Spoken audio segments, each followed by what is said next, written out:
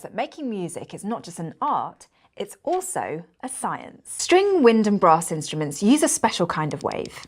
They're standing waves. A standing wave is a wave that looks like it isn't moving. Its amplitude may change, but it isn't travelling anywhere. Standing waves are the result of two other things waves do, both of which we've talked about before: reflection and interference. Reflection is what happens when a wave reaches the end of a path and then moves back along the same path. That's what happens when you send a pulse down a fixed rope. It reaches the end and then comes right back. When we send a continuous wave down a rope, that's when interference comes into play. The wave reaches the end of the rope and is reflected, but there are more peaks on the way. As the peaks pass each other, they interfere with one another, changing their sizes. Usually you end up with crests and troughs that are different sizes and various distances apart. But at certain frequencies, the reflective waves interfere in such a way that you end up with a wave that seems to stay perfectly still, with only its amplitude changing. That's a standing wave, and it can happen both in strings and in the air and pipes. And that's what makes music.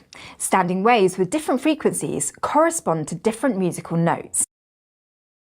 So that was a very summed up version of what physics and music are. But for you to see a standard wave, you could just look at a guitar string just balancing out, or when you look inside a grand piano, you can see everything inside it. You can see a sort of string just move inside. But for artists who do EDM or electronic, like maybe Skrillex or Blockhead per se, you can look at something called a pyro board, and I'm going to show you in a second what that is. Yeah, go for it. Whoa!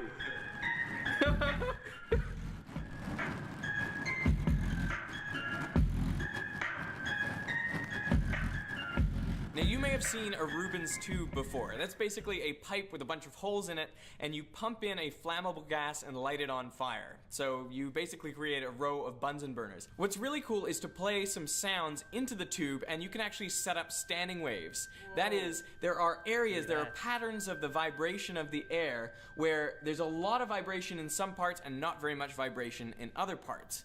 Now that affects the flow rate of the gas inside that tube into the atmosphere, and so it affects the height of those flames. So basically you can visualize the standing wave pattern.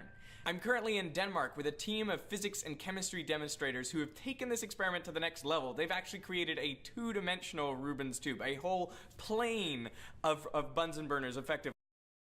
Now before I actually show you what this guy created with the whole two-dimensional plane one, I wanted to show you the tube one, the one he was explaining beforehand. I know this is kind of dragging on, but I figured it might be cool to show.